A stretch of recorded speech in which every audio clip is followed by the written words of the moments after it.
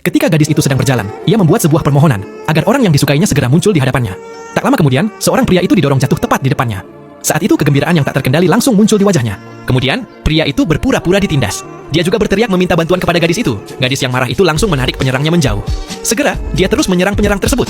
Ketika orang lain ketakutan dan mulai lari, gadis itu tetap tidak menyerah untuk mengejarnya. Melihat adegan ini, pria itu langsung menunjukkan senyum bangga. Ternyata, pria itu adalah suami gadis itu. Tetapi gadis yang terluka itu telah kehilangan semua ingatannya.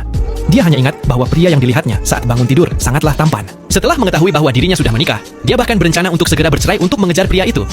Dia tidak tahu bahwa pria itu adalah suaminya sendiri. Dan untuk tidak memperparah luka gadis itu, pria itu memutuskan untuk berpura-pura menjadi pihak ketiga untuk bisa mendekati gadis itu. Dengan cara ini, dia perlahan akan dapat membantu gadis itu memulihkan ingatannya. Saat itu, pria itu meminta adik laki-lakinya untuk berpura-pura menjadi penyerang agar gadis itu menyelamatkannya. Pada saat itu, adik laki-lakinya sudah berlutut dan memohon ampun setelah dipukuli oleh gadis itu. Barulah gadis itu melepaskan adik laki-laki pria itu. Kemudian, tanpa sadar ia mulai merapikan pakaiannya dan berjalan menghampiri pria itu dengan lembut dan anggun. Saat itu, ia bertanya pelan, apakah pria itu perlu dibawa ke rumah sakit. Namun, pria itu hanya mengatakan bahwa ia ingin pulang. Gadis itu segera menawarkan untuk mengantarkannya pulang.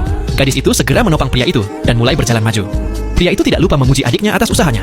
Saat mereka berjalan, gadis itu tak kuasa menahan diri untuk memegang tangan pria itu. Pada saat itu, gadis itu sepertinya merasakan jatuh cinta. Setelah mereka sampai di rumah, gadis itu memuji rumah pria itu karena sangat bersih. Tetapi gadis yang cerdas itu segera bertanya mengapa pria itu melihat peta ketika sampai di rumah. Pria yang kebingungan itu segera menyembunyikan ponselnya. Kemudian, ia berpura-pura lengannya terluka untuk mengalihkan perhatian gadis itu. Kemudian, gadis itu segera pergi mencari kotak P3K untuk memberikan obat kepada pria itu. Ketika pria itu hendak melepaskan bajunya, gadis pemalu itu langsung menghentikannya karena perilaku itu membuatnya merasa bahwa perkembangannya terlalu cepat. Dia ingin menumbuhkan perasaan dengan pria itu secara perlahan. Pria itu tidak menolak, namun pria itu hanya menatapnya dengan tatapan penuh kasih sayang.